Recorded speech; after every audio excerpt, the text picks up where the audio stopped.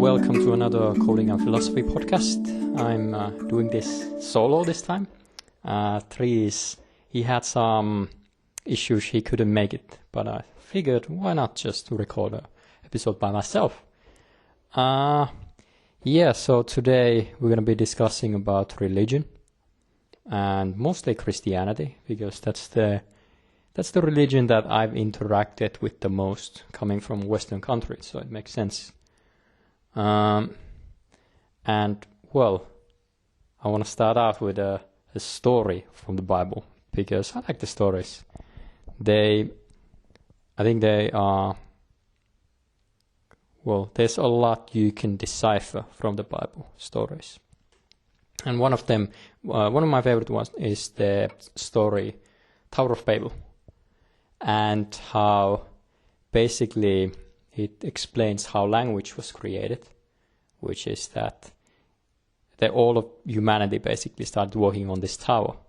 And then, God saw this, that, these people are working on a tower and they wanted to reach the heavens so they could become,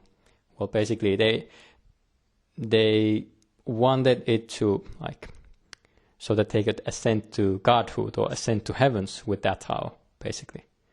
And God saw this and he created language, so no one was able to communicate with each other, and the tower never got finished. And it's the symbolism, this to me, is that there can never be one true religion, there can never be one true ideology, that if everyone followed, then this world is going to be amazing. So that's why, you have those Jehovah's Witnesses, which I see every day when I walk the streets. Even if they got their wish and we all started following that religion, it would leave us weak.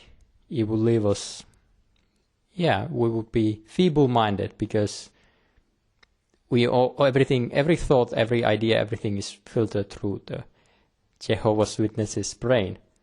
So that's why we need the atheists, we need the Hindus, we need the Buddhists, we need the Christians, and we need the Jehovah's Witnesses, so that we can have a varied,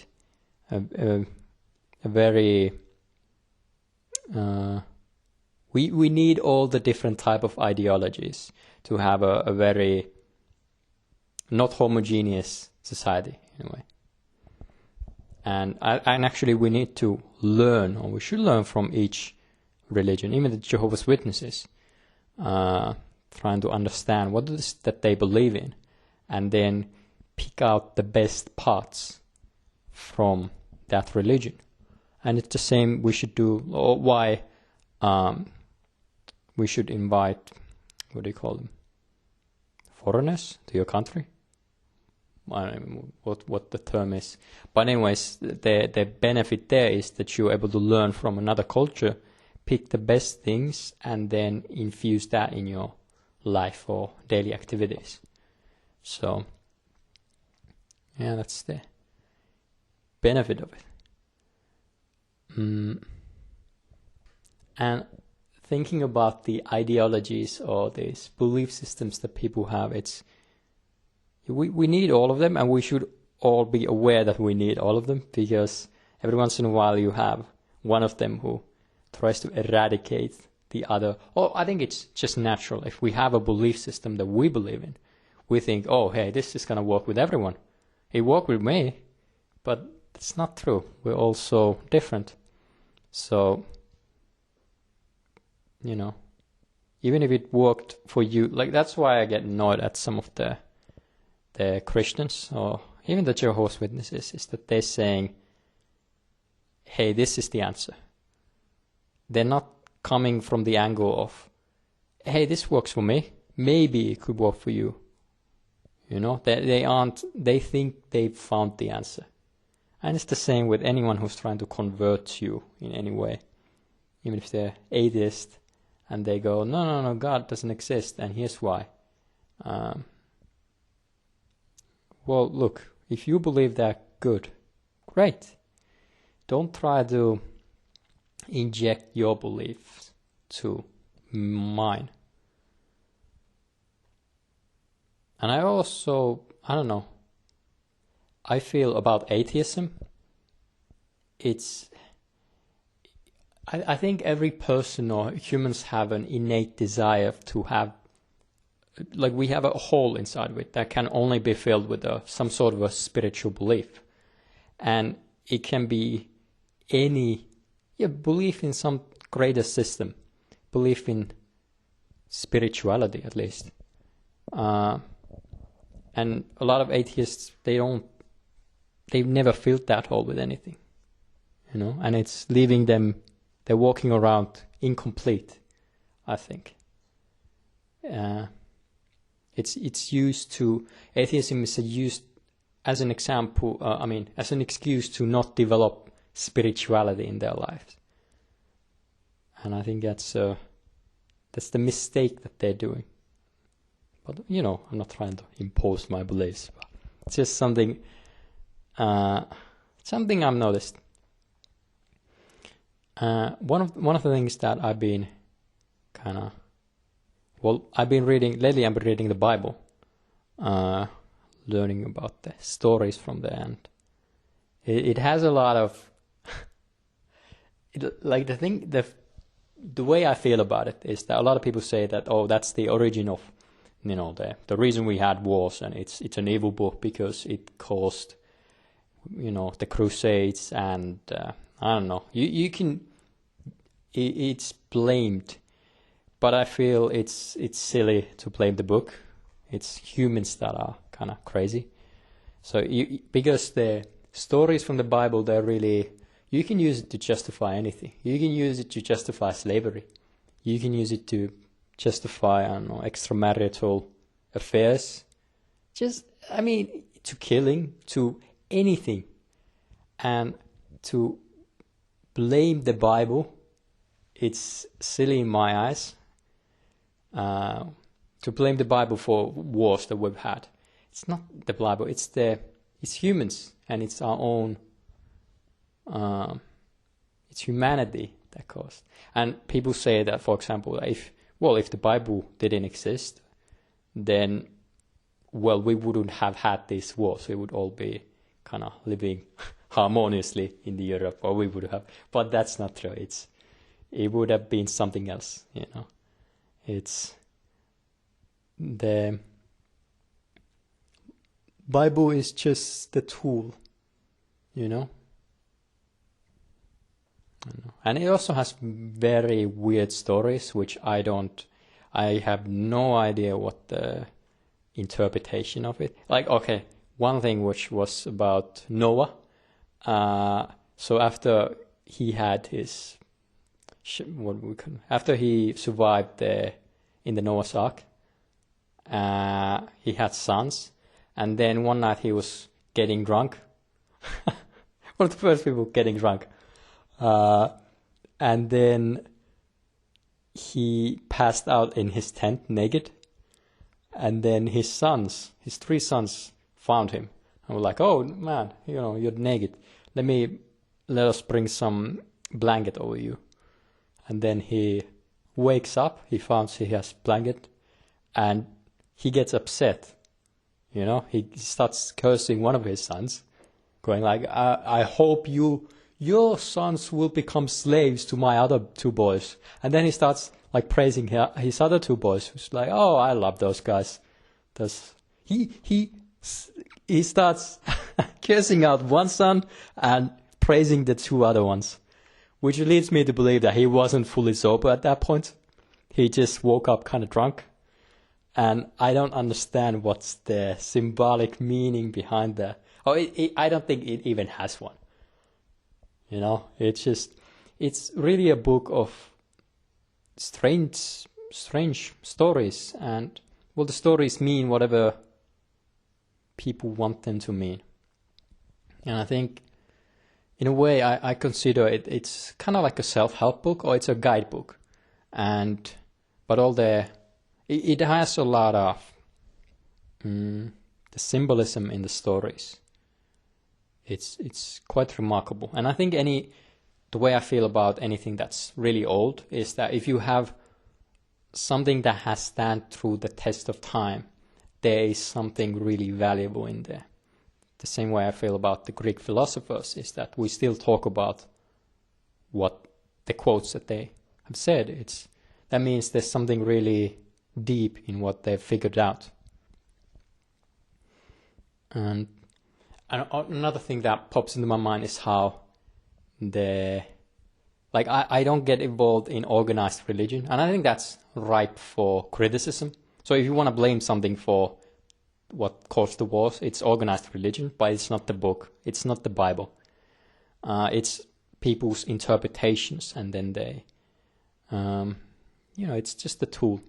But anyways, so I have this interpretation of the Cain and Abel story, which I've told to some religious people, and I really haven't received I've been told it's not the correct one. I'm like, what are you talking about? How could you say that? Like, what makes my interpretation any less valuable or any less valid than yours? Which is that, okay, so the Cain and Abel story is that there's two brothers, and then Abel and Cain, they both decide, okay, let's sacrifice everything now for the future us. So they start working really, really hard at their farm. And Abel, who's the favorite of God, he starts to prosper. His farm flourishes, his family flourishes, he has many kids, his wife loves him, everything goes great. And then, because he's the favorite of God, and God gives him everything. And Cain, on the other hand, even though he does the exact same thing as Abel, his wife dies, his kids dies, or everything goes wrong. His farm doesn't flourish, and his life basically goes from bad to worse. And then Cain got really upset and gets jealous, and he gets furious, and he takes his anger out on Abel, and kills him. And then God goes, how could you do that? How could, but I feel, and my feeling on that is, I think Cain is completely justified with his anger. Completely. The only thing he does wrong is he takes it out on the wrong person. Because he should be taking it out on God. Because basically God just set him up for failure. Because God, in his infinite wisdom, he knew that, okay, I'm gonna set Cain up. I know, because God made us out of his own image, so he knows how to basically make Cain self-destruct. So he sets him up for failure because he hates him. And that's another thing. I think people who say that God loves everyone, no, he does not. And if you read the Old Testament, it's big proof of that. Because the amount of horrible things he does to some people, and also if God is made out of if we are made out of God's image, I hate people. I have anger towards some people, so why wouldn't God have that anger? It makes sense. So anyway,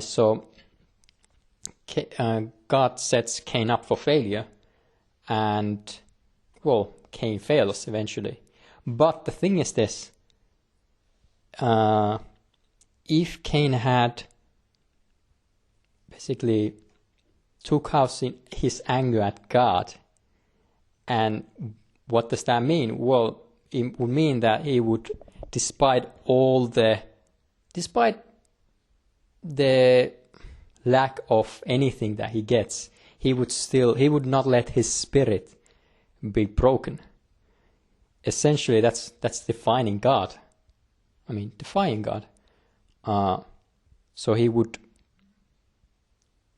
be able to, defy God. And then if God looks at Cain and says, "Hey, what's happening here? I thought I set him up for failure. He should be giving up right now. He should be furious, or he should be kind of killing Abel.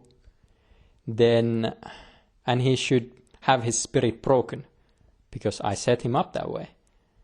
But if he doesn't, if he spites God and basically lives his life happy, then that's the real move. You know, if I was in Cain's shoes, I would become furious, and I would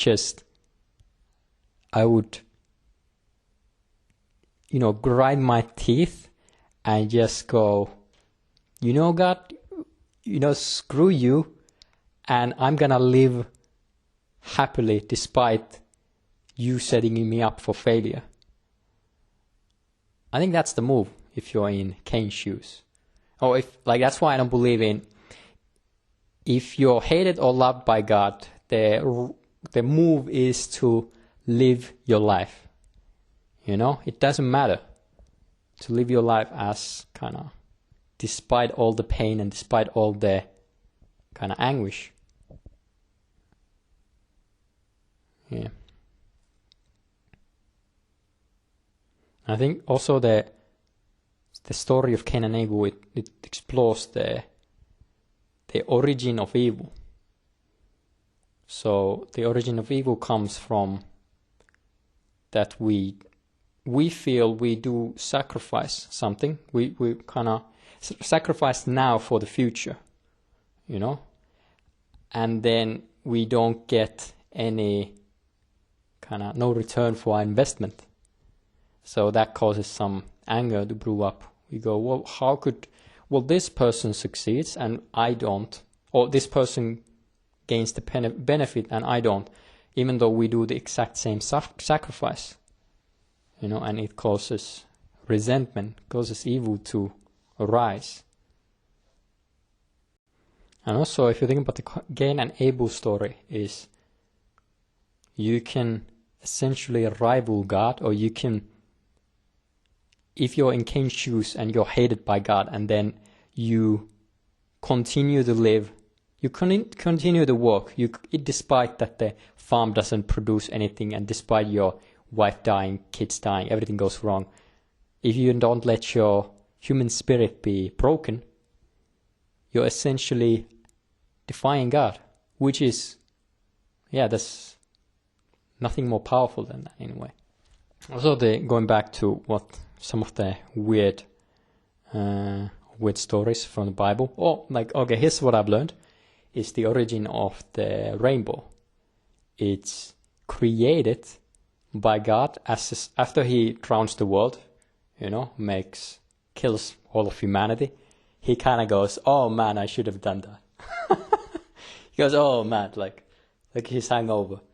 Oh man, I should have never done that. And then he goes and creates the rainbow as a sign of, basically, as long as the rainbow is there, he is never going to do that. It's like a pact between God and humans, God of the world, that he's never going to be doing that again as long as the rainbow is there. It's like a bow in the contract which he writes up, which is kind of silly, because it's not really a contract, because he holds all the rules. There's no bargaining chips that humans have when it comes to making that deal. He just sets it as a reminder for himself, I suppose, that I'm never gonna drown the humans again, and here's the rainbow. And we go, okay. Well, that's what Noah did. Okay, sure. Oh man. And one thing which at least in the Old Testament, God wants to be feared. It's often said that, there was a story, was it Cain's, not Cain's kid, but, Cain's kids. No. But anyways, Abraham's kids. Oh, no. Okay, so Abraham did this. He took his son to a mountain hike, and then God said, hey, he wants to test Abraham. So he says, can you kill your kid for me? Sacrifice him for me. And then Abraham goes, okay. So he takes him to the hike and then ties him up and then is about to burn him. And Abraham says, no, I don't want you to do that. I don't want you to do that. I now know that you both love and fear me enough to sacrifice even your own kid. So, yeah, that's it. I believe if you're in charge, like God is, you want fear and you want love. And also, it's better to be feared than loved. I really believe that. Because love is such a fleeting emotion. It goes away, it comes back, it goes away. It's not constant. As opposed to fear, it is constant. You're always gonna be fearful of someone. And also, you can still love someone even though you're fearful of them. It doesn't, they go hand in hand in a way. The same way if you love someone, your hate is always gonna be there as well. So you love and then you hate someone. You love, you hate someone.